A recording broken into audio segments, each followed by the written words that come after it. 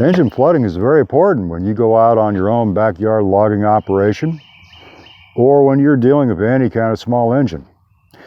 Now, we got the big MS 661 Stihl right here, and I'm going to deliberately flood this beast to the point it's reeking of gasoline, and I'm going to show you how to crank this thing with no tools other than the assistance of 2 zip ties.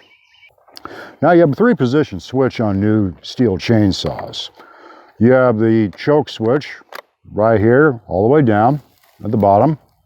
You guys remember, if you're a Stihl fan such as myself, often Stihl had 4-position switches, but now they got 3-position switches. So we have the choke position, then once it gets a good bump, you pop it up into run position, and then you crank it and it engages. Then you have your kill switch, you just press it up, and there it kills the engine. So, the technique often discussed by people to do this without tools is you depress the safety lever. As you can see, the trigger will not engage without depressing the safety catch on the back of the handle.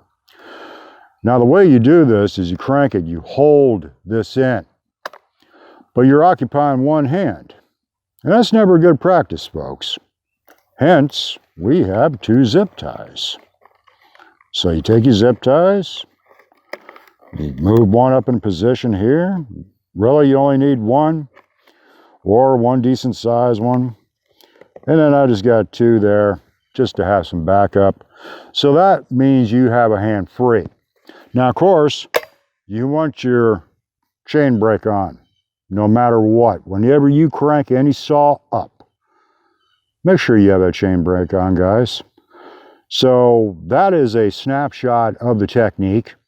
So we're going to break away now, pick it up here with the in-process part. And I'm going to deliberately show you me flooding this thing. I mean flooding it good. And then I'm going to show you how to crank this beast. And if I could do it with this one, I think you'll be able to do it with anyone on the market. Stick around. All right. Let's get started flooding this thing out. First of all, let me point one thing out to you. On larger saws, you'll notice you have this interesting knuckle plate. It's also a foot stirrup. You can see it's on one side, handle is centered, but you have this plate. This plate is actually a stirrup where you put your boot on. Would have been great if it would have been a full cross one where you do it on either side, but it's not built that way. So, choke is engaged, chain brake is engaged. Now we're going to deliberately flood this thing. On the ground, get some fuel going.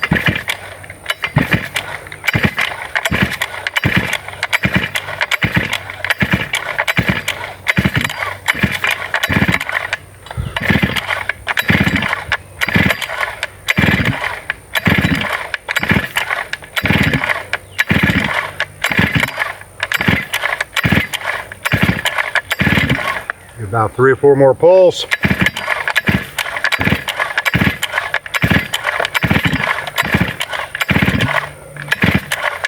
Now disengage the choke just to test the theory. Try to give it a good old crank. You can see it doesn't want to engage. So let me explain what we got going on. Thing reeks of gasoline. It's flooded. So you have your handy dandy zip ties. You really only need one. You depress the safety catch and the trigger. Slide it up. And then I just slide the second one up just to do it. So your trigger is in run configuration. It's flooded, chain brake on, put it down on the ground, make sure you got some gloves, and we got a nice flooded engine. We're going to see how it takes to get this thing going.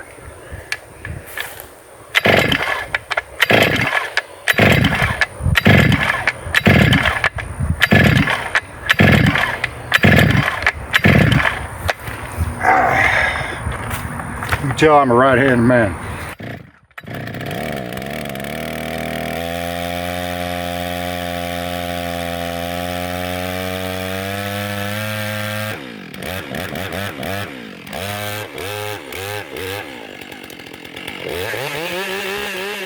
Now the true test, can it fire back up?